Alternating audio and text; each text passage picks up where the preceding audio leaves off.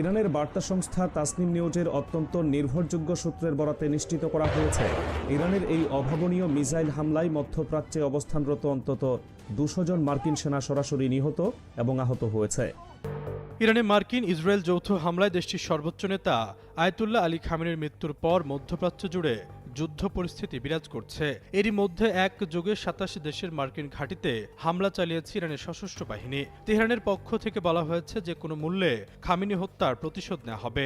পাল্টাপাল্টি হামলা, কূটনৈতিক হুমকি এবং আঞ্চলিক জোটগুলোর সক্রিয়তায় পুরো অঞ্চল জুড়ে অস্থিরতা ছড়িয়ে পড়েছে।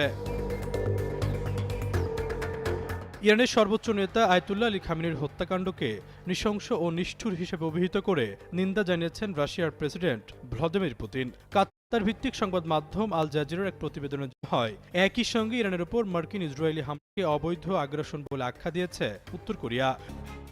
ইরানের সর্বোচ্চ ধর্মীয় নেতা আয়াতুল্লাহ আলী খামেনিকে হত্যার চরম এবং ভয়াবহ প্রতিশোধ নিতে শুরু করেছে তেহরান।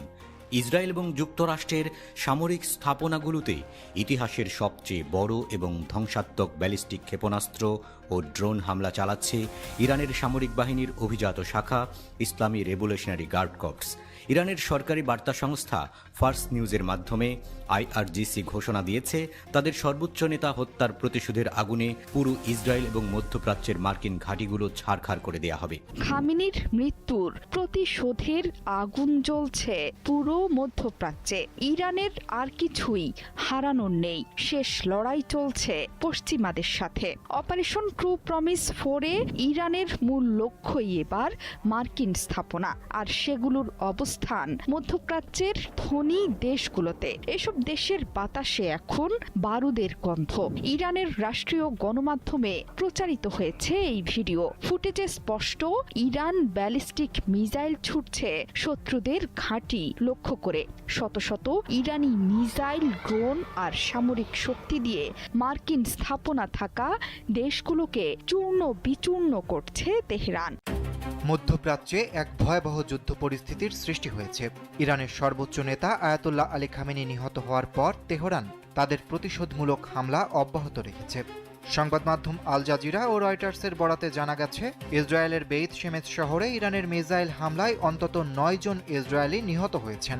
ইসরায়েলি জরুরি পরিষেবা সংস্থা মেগান ডেভিড অ্যাডাম জানিয়েছেন, এই হামলায় আরও অন্তত 20 জন আহত হয়েছেন, যাদের মধ্যে কয়েকজনের অবস্থা আশঙ্কাজনক।